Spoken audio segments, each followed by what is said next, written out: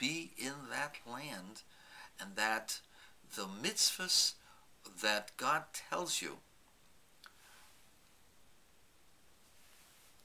were already planned at Mount Sinai, because God wanted a certain type of person. God wanted a certain type of activity, a certain type of lifestyle. And that this lifestyle was impossible unless you were in the land and following certain laws with the land. By keeping the sabbatical year, you brought the holiness of the Torah and the holiness of human life and sanctified the land and became a certain type of person.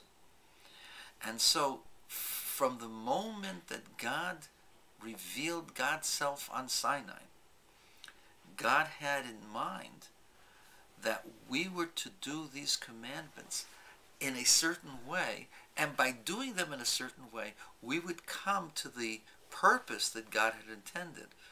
And so God planned all of this. It didn't just happen. It didn't come along later.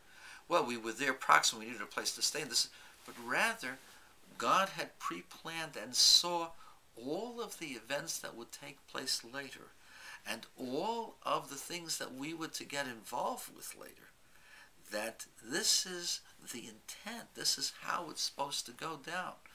You cannot reach God, you cannot be a religious person, and you cannot become what you need to become without following all of the rules.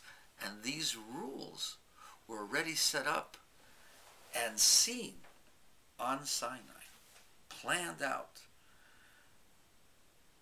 And so the reason for the Mount Sinai business is to tell you that from the origin, God didn't just give us things as it happened. There was planning in all of this. And the plan was there already prior to our history, prior to the things that took place. This is not something that took place later that some priests brought in, but rather God had this in mind at the very beginning.